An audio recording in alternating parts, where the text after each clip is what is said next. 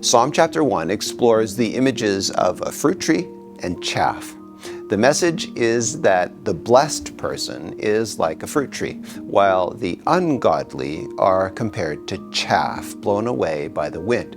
So let's quickly look at Psalm chapter 1 and focus on these two words, tree and chaff. Blessed is the man who walks not in the counsel of the ungodly, nor stands in the path of sinners, nor sits in the seat of the scornful. But his delight is in the law of the Lord, and in his law he meditates day and night. Verse 3, he shall be like a tree planted by the rivers of water, that brings forth its fruit in its season, whose leaf also shall not wither, and whatever he does shall prosper. The ungodly are not so, but are like the chaff, which the wind drives away. Therefore, the ungodly shall not stand in the judgment, nor sinners in the congregation of the righteous. For the Lord knows the way of the righteous, but the way of the ungodly shall perish. Okay, so here's what comes to mind when I think about the symbolism of a fruit tree. A fruit tree doesn't eat its own fruit. It exists to feed others, to provide nourishment for people, birds, and animals.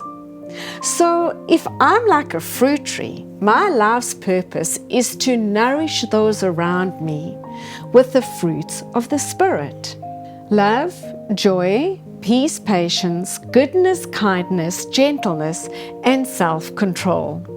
A fruit tree contrasts with chaff in many ways. Firstly, chaff is the husk. It's like dry, dead skin that peels off a seed. Unlike a tree, chaff has no roots. It lacks any nourishment or substance. It's so light and easily driven away by the wind. But a fruit tree laden with fruit has deep roots that anchor it in one place. It is stable and dependable and alive, whereas the chaff is unstable and not dependable. It is dead.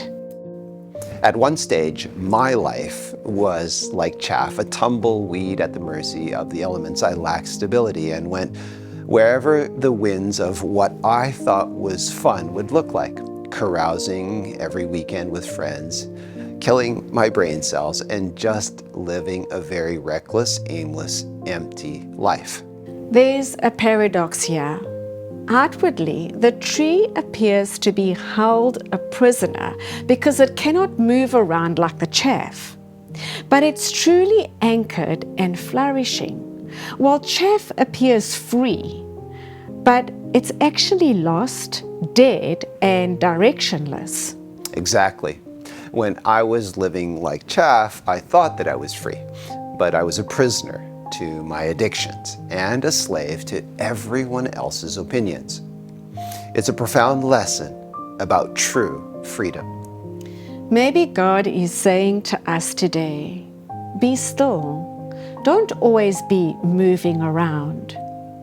A tree that is constantly transplanted does not grow a healthy fruit. Don't be a tree that is acting like chaff.